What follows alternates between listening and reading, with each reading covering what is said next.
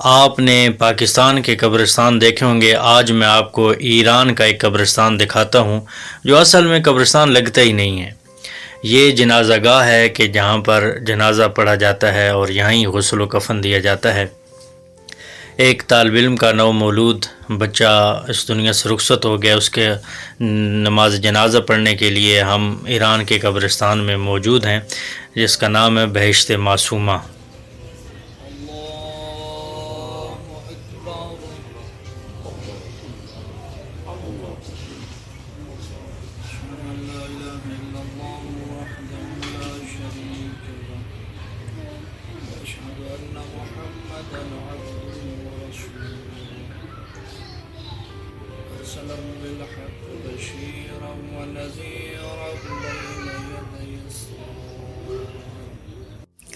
علماء حضرات دعا مانگ رہے ہیں، ہم بھی دعا مانگتے ہیں کہ خالق کائنات سکندر بھائی کو صبر و جمیل عطا فرمائے۔ یقیناً چونکہ پردیس میں اس طرح کا حادثہ بہت زیادہ تکلیف دیتا ہے، بالکل اکیلا بندہ ہوتا ہے، کوئی رشتہ دار نہیں ہوتے، والدین پاس نہیں ہوتے، تو ہم بھی دعا مانگتے ہیں کہ خالق کائنات سکندر بھائی کو صبر و جمیل عطا فرمائے۔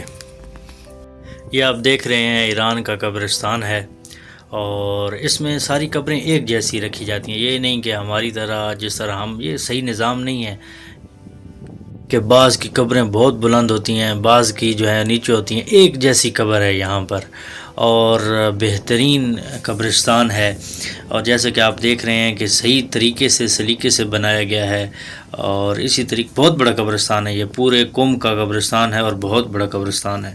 ننھے بچے کی تدفین ہو رہی ہے بہشت معصومہ میں، اور یقیناً جو بچے اس عمر میں اس دنیا سے رخصت ہو جاتے ہیں والدین کے لیے بخشش کا سامان بنتے ہیں، اور ہم بھی دعا مانگتے ہیں کہ خالق کائنات سکندر بھائی کو اور ان کی فیملی کو صبر جمیل عطا فرمائے۔ یقیناً بہت دکھ کی گھڑی ہے۔ یہاں پہ جو تدفین ہوتی ہے وہ قبرستان والے خود ہی کرتے ہیں، اور پھر اس پہ ایک نمبر لگایا جاتا ہے تاکہ معلوم ہو سکے کہ یہ کس کی قبر ہے۔ جب بھی آپ آئیں تو ایک بہترین قبر بنا دی جاتی ہے قبرستان والوں کی طرف سے ہی۔ یہ مٹی ڈال رہے ہیں قبرستان والے خود، جو یہاں پہ کام کرنے والے ہوتے ہیں، یہ سارا کام وہ خود اقدام کرتے ہیں، پوری قبر بنا کر پھر ان کو ایک رسید جاری کرتے ہیں